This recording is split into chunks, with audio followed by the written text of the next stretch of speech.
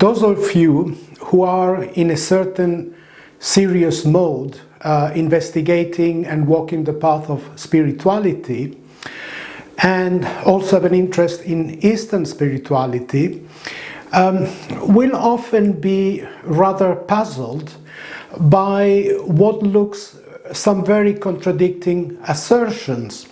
For example, the Hindu school of Vedanta, or the Gnostic Christians, particularly in Egypt, they use the term of I am.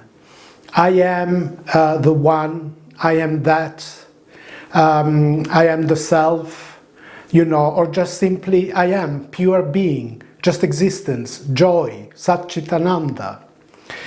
But then when they start reading Buddhist texts, they start reading realization, enlightenment, or nirvana is to realize that there is no self. I don't have a self, there is no I.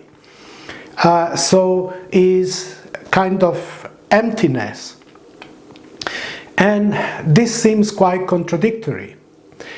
Now let us see if we can find in reality a common ground, that there are two expressions of a similar or same reality. Although, of course, those schools over the years, they did quarrel amongst each other quite a lot. There is, there isn't, there is, there isn't, or there is and there isn't again. So, but basically, let us start from the first steps.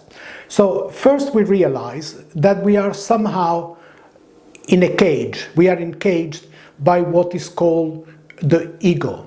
Nothing wrong with having a certain personality, a certain individuality, but what we are talking here is of us being prisoners of our past. I'm born in such and such a family, I'm very good, I'm better than you, out there you say to me that, there is an I always trying to fight against others, to put itself up.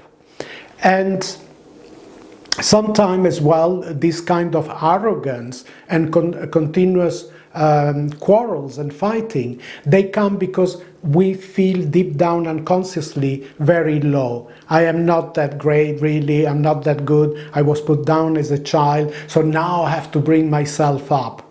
So there is anxiety, there is depression, there is anger, there is rage, and somehow we live in that kind of cage.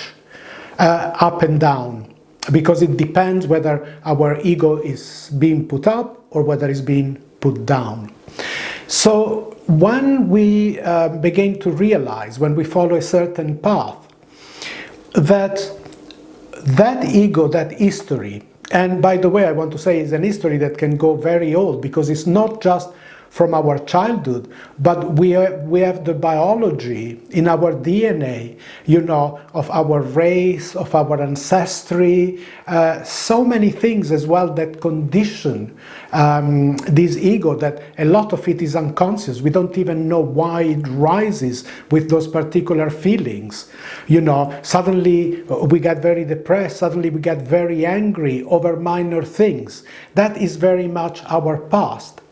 So, when we are defining ourselves from that, this constant fluctuation, we go between satisfaction and unsatisfactoriness, and between happiness and unhappiness, till the day in which we begin to realize that is not the real me. I am not depending on all these unconscious and external forces at the same time. What I am more just pure presence.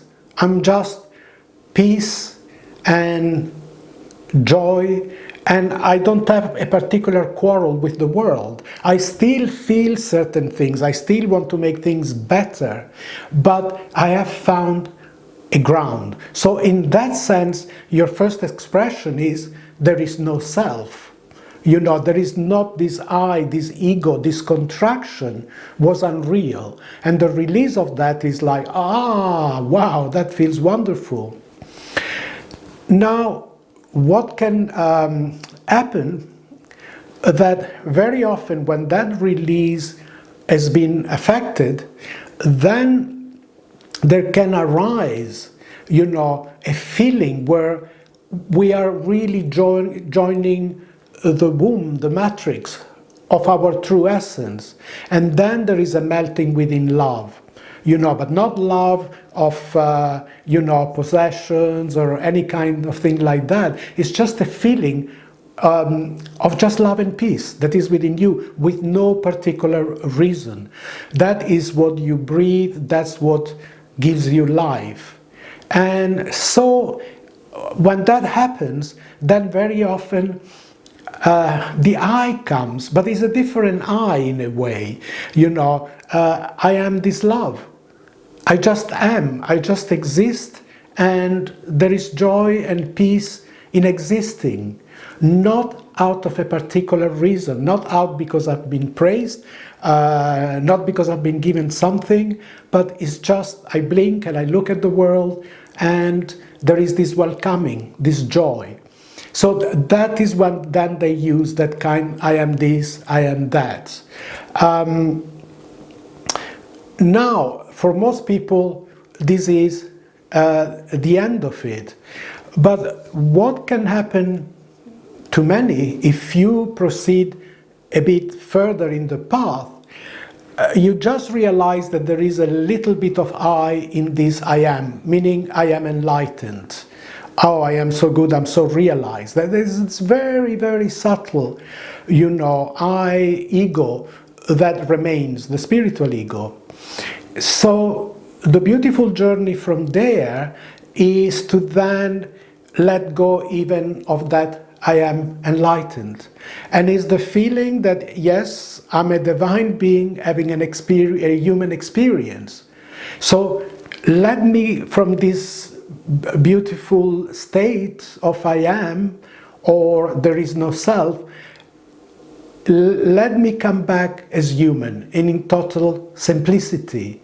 So yes, there is that peace within you that stays with you, but you accept the fact that you're human, you can be silly sometimes, sometimes you're not that enlightened, that there are things that you need to learn, and that you need some time to say, I'm sorry, So this wave keeps on refining itself. So you go back a little bit in a childhood-like simplicity. So, you're not anymore that I am up in the sky, or this amazing enlightened being. So no self or self in that state, in a way they drop, those concepts drop, because you are both really. And I like to finish this talk by a beautiful phrase of a great Indian sage who was a very, very simple man, just rolling bidis and selling them in the seafront in Bombay, Nisargadatta Maharaja. And he said something in terms that wisdom is to know that you are nothing. That is when you really learn, not from the mind, but from your perception, that all these things that make your I are illusory in the sense that they come and they go. But love is to know that I am everything. And in between those two, I go. So there is really, if you go to the depth of it, there is no quarrel between self and no self. You are both, and you are both above them too. So just remain a child, just never forget how to say sorry, and don't even get attached to the concept that I am enlightened. Just be.